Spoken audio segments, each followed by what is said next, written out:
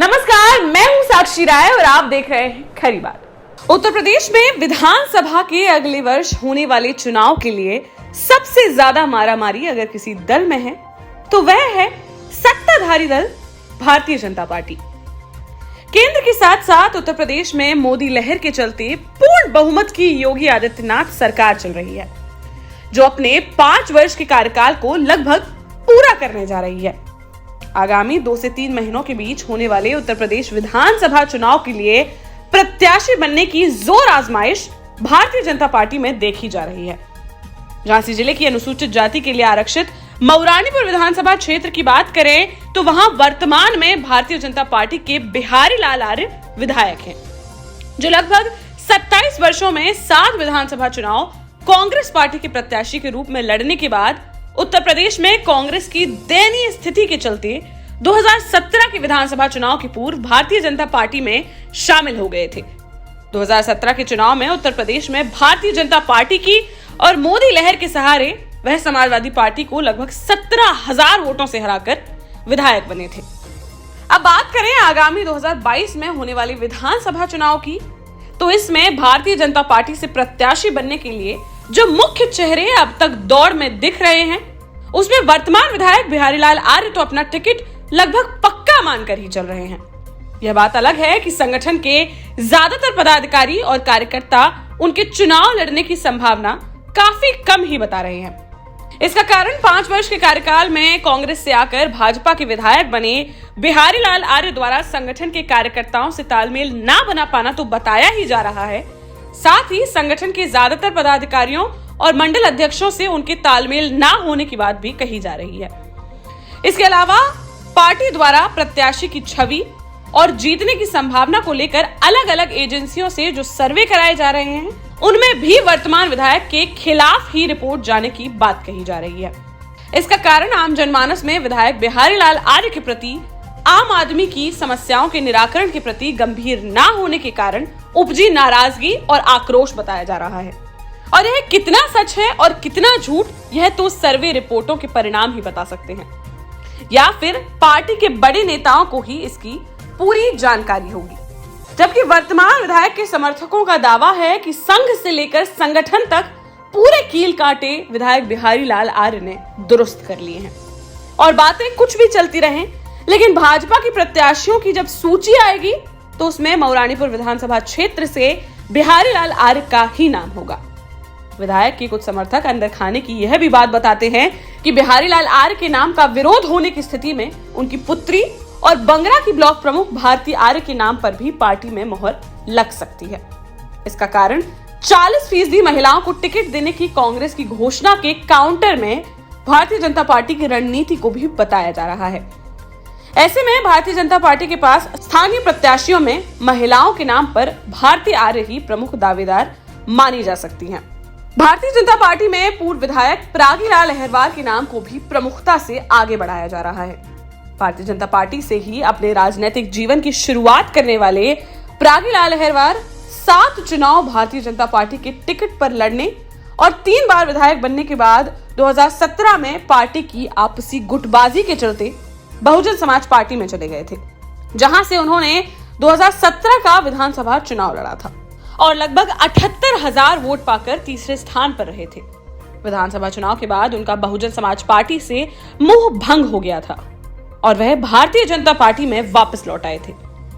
अब वर्तमान विधायक बिहारी लाल आर्य और पूर्व विधायक प्रागीलाल अहिरवार के बीच टिकट की जंग तेज होती दिखाई दे रही है। कार्यकर्ताओं का मानना है कि प्रागीलाल अहिरवार कार्यकर्ताओं के बीच रहे हैं, इसलिए उन्हें कार्यकर्ताओं की समझ है और वह 2022 के चुनाव के लिए मजबूत प्रत्याशी सिद्ध हो सकते हैं।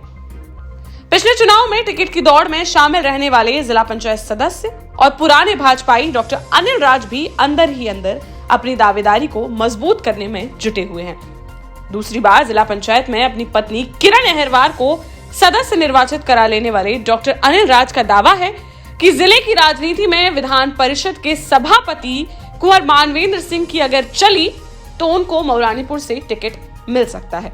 2017 के विधानसभा चुनाव में पार्टी के कार्यक्रमों, रैलियों और प्रदर्शनों में बढ़ चढ़कर भागीदारी निभाने वाले मऊरानीपुर ब्लॉक के पूर्व ब्लॉक प्रमुख प्रतिनिधि डॉक्टर रमेश श्रीवास अपने को सबसे मजबूत और ऊर्जावान प्रत्याशी मानते हैं। उनको लगता है कि भारतीय जनता पार्टी में अगर काम के आधार पर प्रत्याशी बनाने का फैसला लिया तो उनको टिकट मिल सकता है।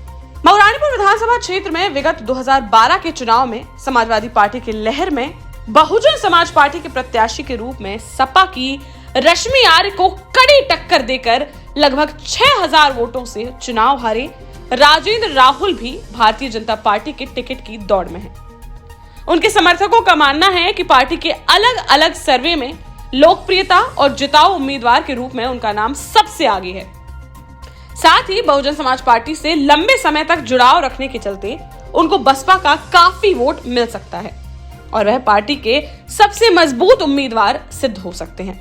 मऊरानीपुर नगर पालिका परिषद के अध्यक्ष के चुनाव में भी राजेंद्र राहुल 2006 में हरीश चंद्र आर्य को कड़ी टक्कर दे चुके हैं और समाजवादी पार्टी की सरकार में 10,000 से अधिक वोट पाकर लगभग 600-700 मतों के अंतर से चुनाव हार कर भी जनता के बीच काफी लोकप्रिय रहे हैं। विगत 2017 के चुनाव में भारतीय जनता पार्टी द्वारा बुंदेलखंड में अनुसूचित जाति के लिए आरक्षित सभी 5 सीटों पर कोरी समाज के प्रत्याशियों को चुनाव लड़ाया गया था और सभी 5 प्रत्याशी चुनाव जीते थे।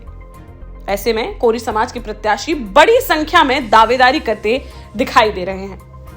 इनमें हाल ही में जिला पंचायत अध्यक्ष बने पवन गौतम के समर्थकों को भी उम्मीद है कि पार्टी में अगर कोरी जाति से प्रत्याशी बनाने में रुचि दिखाई तो जिले में सबसे अधिक लोकप्रिय और साफ सुथरी छवि का होने के चलते पार्टी उनको मऊरानीपुर विधानसभा में प्रत्याशी बना सकती है। वर्तमान में जिला पंचायत अध्यक्ष पद पर रहते हुए पवन गौतम पार्टी के स्थानीय नेताओं से लेकर जिले व प्रदेश में संगठन और संघ के नेताओं से अच्छे संपर्क में हैं, जिसका लाभ उन्हें मिल सकता है।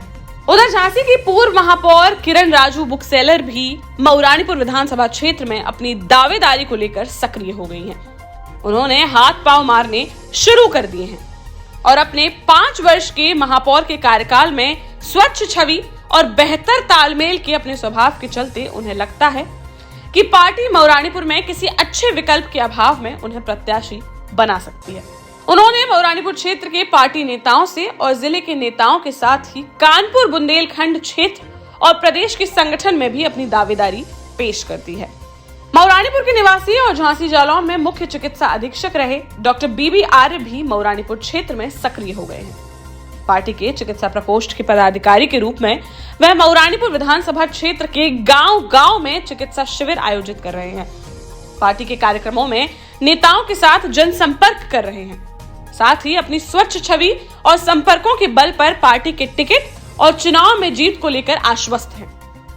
आपको याद होगा कि डॉक्टर बीबी आर्य की पत्नी श्रीमती आशा आर्य मऊरानीपुर नगर पालिका परिषद के अध्यक्ष के चुनाव में वर्ष 1995 में कांग्रेस प्रत्याशी के रूप में चुनाव लड़ चुकी हैं। सामूहिक विवाह और गायत्री परिवार के कार्यक्रमों में सक्रिय रहने वाले आचार्य रामकिशोर आर्य भी इन दिनों मऊरानीपुर क्षेत्र में सक्रिय हैं।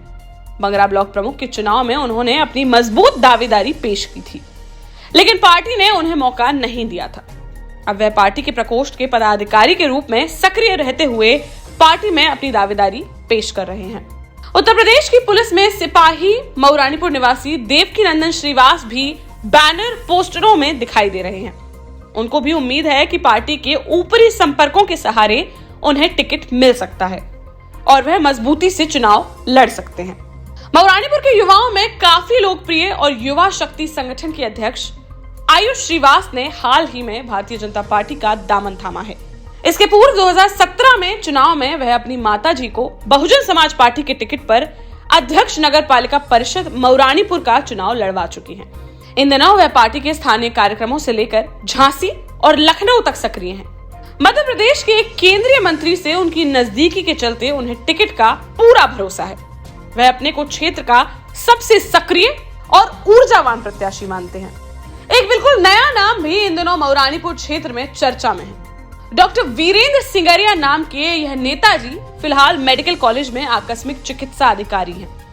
मऊरानीपुर क्षेत्र में जगह जगह इनके नाम के होर्डिंग और पोस्टर लगे हुए हैं। विशेष रूप से मीडिया के लोगों का सम्मान करना और उनके बीच सक्रिय रहना डॉक्टर वीरेंद्र सिंगरिया के दिनचर्या में शामिल है। कोई भी कार्यक्रम हो उसमें आर्थिक सहयोग देते और उद्घाटन करते देखे जा रहे डॉक्टर वीरेंद्र सिंगरिया अपने चारों ओर 4-6 बाउंसर लेकर चलते हैं।